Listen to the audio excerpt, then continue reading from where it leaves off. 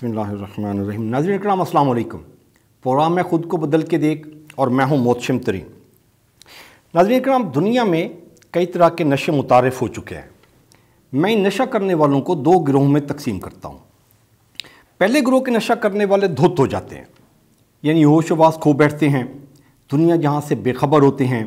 ये अपनी बर्बादी का सबब बन रहे होते हैं। ये ज़्यादा से ज़्यादा अपने घर और अपने ख़ानदान की तबाही में हिस्सा डाल रहे होते हैं। ये तादाद में ज़्यादा होते हैं और ये माशरे में तबाही और बर्बादी फैला तो रहे होते हैं, लेकिन इनकी तबाही और बर्बादी दूसरे किस्म के नशा करने वालों से थोड़ा सा लेवल उसका कम होता है। दूसरे गिरोह के जो लोग हैं वो नशे में धुत नहीं होते, वो नशे में मस्त हो जाते हैं, यानी होश वास में रहते हैं। और जुल्म ये है कि वो अपनी मस्ती को इंजॉय करते हैं और इनकी तादाद कम होती है। और इन नशइयों की वजह से माशरे में जो तबाही बर्बादी फैलती है वो उसका लेवल बहुत ज़्यादा हाई होता है।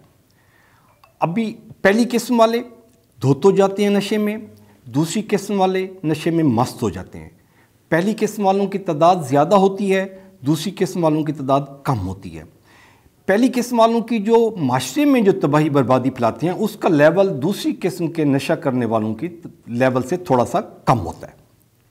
तो आज हमने गुफ्तगू के लिए जो टॉपिक सेलेक्ट किया है वो हम दूसरे गिरोह के जो नशा करने वाले हैं उन पे हम गुफ्तगू करेंगे, क्योंकि वो उनकी वजह से ज़्यादा माशरे में बर्बादी तबाही फैलती है, बिगाड़ पैदा होता है।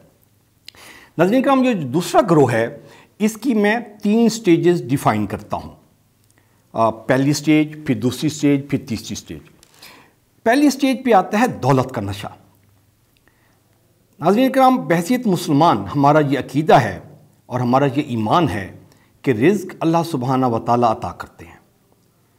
रिज़्क़ के लिए सबब वसीला भी अल्लाह सुब्हाना व तआला अता करते हैं। राज़िक़ की तकसीम से इनहराफ की वजह से, मैं इस लाइन को रिपीट करता हूँ, राज़िक़ की तकसीम से इनहराफ की वजह से हमारे माशरे का हर चौथा, पाँचवां या पाँचवां छठा शख्स जो है वो दौलत के नशे में मस्त फिरता है। और वो जब एक शख्स दौलत के नशे में मस्त हो जाता है तो उसका और माशरे का एक एक दिन अज़ियतनाक गुजरता है।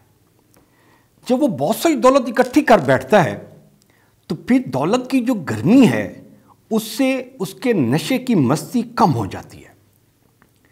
फिर वो सोचने पे मजबूर हो जाता है कि मेरे पास दौलत तो बेशबहा है, लेकिन मुझे कोई जानता ही नहीं है, मैं मशहूर ही नहीं हूँ। तो फिर उसके ज़हन में एक बिगाड़ पैदा होता है और जो उस बिगाड़ जो है वो उसको नशे की दूसरी स्टेज पर मुंतकिल करता है, और जिसको मैं कहता हूँ शोहरत का नशा। ये दूसरी स्टेज है शोहरत का नशे की। ये नशे की स्टेज भी ख़वातीन हज़रात बहुत ज़ालिम है। ये जब कोई शख्स इस शोहरत के नशे में मस्त हो जाता है तो वो भी अपनी बहुत सारी चीज़ें कुर्बान कर रहा होता है। एक खूबसूरत शेर है, एक जहर भरा नाग है ये शोहरत का जनू भी, एक जहर भरा नाग है ये शोहरत का जनू भी, डस जाए ये मूजी तो संभलने नहीं देता। नाज़रीन का नाम, अब वो दौलत की स्टेज पे ट्रैवल करना शुरू कर देता है। दौलत की स्टेज से वो आगे बढ़ता है, फिर वो शोहरत की स्टेज पे आ जाता है। तो शोहरत की स्टेज पे जब वो पीक पे पहुंच जाता है तो फिर उसके ज़हन में एक और बिगाड़ पैदा होता है।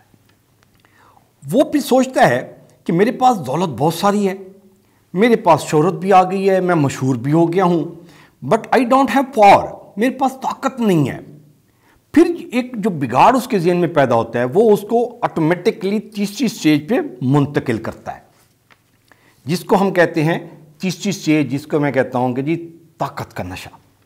पहली स्टेज दौलत का नशा, दूसरी स्टेज शोहरत का नशा, तीसरी स्टेज ताकत का नशा। नाज़रीन करम, अलमिया ये है कि जिस शख्स ने भी दौलत के नशे में अपने आप को मस्त कर लिया उस पर लाजिम हो जाता है, तकरीबन लाजिम हो जाता है कि वो शोहरत के नशे में भी ज़रूर कदम रखेगा और फिर उसके बाद फिर वो ताकत के नशे में भी ज़रूर गर्क होगा। नाज़रीन करम, सिलसिला यहाँ नशे की 3 स्टेजेस तक अगर रुक जाए तब भी मामलात किसी हद तक کسی حد تک قابل قبول ہو سکتے ہیں، لیکن ایسا نہیں ہوتا۔ جب انسان اس دوسرے گروہ کے نشے کے منازل طے کر رہا ہوتا ہے تو غیر محسوس طریقے سے اس کی شخصیت کا حصہ بنتی جاتی ہیں 3 برائیاں، 3 بیماریاں، جو معاشرے میں بہت زیادہ تباہی و بربادی پھیلانے میں ایک ملٹی پلائی کا فیکٹر کرتی ہیں۔ تھیوری یہ ہے کہ جب کوئی شخص دولت کے نشے میں مست ہو جاتا ہے تو اس کے ساتھ پیرلل شرم و حیا جاتی رہتی ہے۔ اگر وہ شرم کرے گا تو کسی کا حق کیسے کھا سکتا ہے؟ اگر وہ شرم کرے گا تو ناجائز دولت کیسے اکٹھی کر سکتا ہے؟ تو وہ پہلی سٹیج دولت کا نشہ، اس کے ساتھ شرم و حیا، یہ ساتھ ساتھ دولت آتی جاتی ہے، شرم و حیا جاتی رہتی ہے۔ پھر وہ دوسری سٹیج پہ جب وہ ٹریول کرتا ہے شہرت کے نشے میں، تو شہرت کے نشے میں جب وہ ٹریول کر رہا ہوتا ہے تو دوسری سٹیج یہ شرم و حیا سے اوپر والی آ جاتی ہے، اس کی غیرت کی، خودداری کی، انا کی، تو اس کو قربان کرنا شروع کر دیتا ہے۔ وہ مشہور ہونے کے لیے وہ بہت ساری قربانیاں دینا شروع کر دیتا ہے۔ تیسری سٹیج جب آتی ہے وہ ہے طاقت کی سٹیج، طاقت کا نشہ۔ تو دولت کے نشے میں شرم و حیا جاتی رہتی ہے، شہرت کے نشے میں غیرت، خودداری، انا کو وہ قربان کرتا ہے۔ جب وہ طاقت کے نشے میں آتا ہے تو پھر بے حسی اپنے عروج پہ ٹریول کر جاتی ہے۔ جیسے جیسے اس کی دولت بڑھتی جاتی ہے ویسے ویسے اس کی شرم و حیا ختم ہوتی جاتی ہے، جیسے جیسے شہرت کے عروج پہ پہنچتا ہے ویسے اس کی انا، خودداری، غیرت ختم ہوتی جاتی ہے۔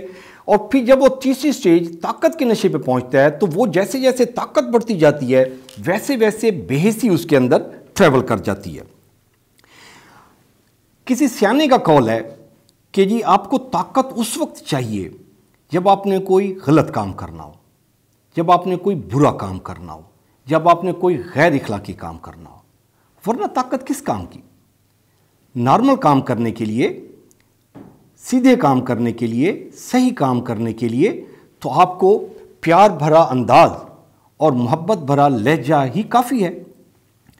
طاقت کے نشے میں مست انسان کسی کی ٹانگیں توڑ دے، کسی کے پلاٹ پر قبضہ کر لے، کسی پر تیزاب پھینک دے، کسی معصوم پر، کسی کمزور پر کتے چھوڑ دے، یہاں تک کہ بندہ مار دے، اس کو کوئی فرق نہیں پڑتا، وہ بے حس ہو چکا ہوتا ہے۔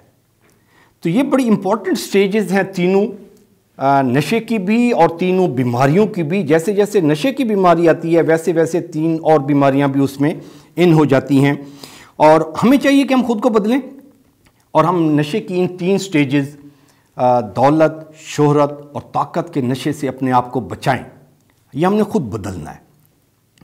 جب ہم خود کو بدل لیں گے اور ان نشے کی سٹیجز سے اپنے آپ کو بچا لیں گے تو پھر ہمارا جو معاشرہ ہے وہ اور آنے والی نسل وہ شرم و حیا والی ہوگی، وہ خوددار ہوگی، وہ غیرت مند ہوگی، اور وہ بے حسی کی بجائے درد دل رکھنے والے لوگ ہوں گے۔ اس خوبصورت شعر کے ساتھ اختتام کرنا چاہوں گا۔ درد دل کے واسطے پیدا کیا انسان کو، درد دل کے واسطے پیدا کیا انسان کو، ورنہ طاعت کے لیے کچھ کم نہ تھے کرو بیاں۔ ناظرین، اپنا اور اپنے پیاروں کا خیال رکھیے گا۔ محتشم ترین کو اجازت دیجیے۔ اللہ نگہبان۔